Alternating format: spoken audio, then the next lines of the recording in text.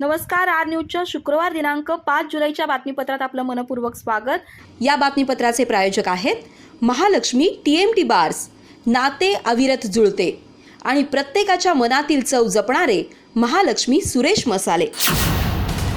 आजच्या बातमीपत्रात प्रथम पाहूयात गल्लीपासून ते दिल्लीपर्यंतच्या ताज्या घडामोडींचा धावता आढावा आणि स्थानिक बातम्यांमध्ये पाहूयात राहुल गांधी यांच्या हिंदू धर्मीयांविषयीच्या वक्तव्याविषयी त्यांची खासदारकी रद्द करा।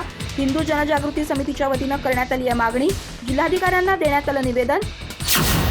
डॉक्टर आंबेडकर हॉलचं नूतनीकरण करा आणि तो सर्वसामान्यांसाठी खुला करा। ठाकरेगड शिवसेनेच्या वतीनं मुख्याधिकाऱ्यांकडे मागणी। शहर प्रमुख संतोष चिकोडे यांच्या नेतृत्वाखालील शिष्टमंडळानं केली चर्चा।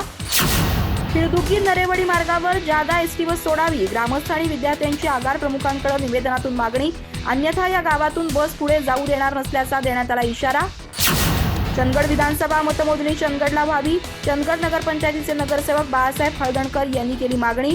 चंदगडचे तहसीलदार राजेश चव्हाण यांना देण्यात आलं निवेदन।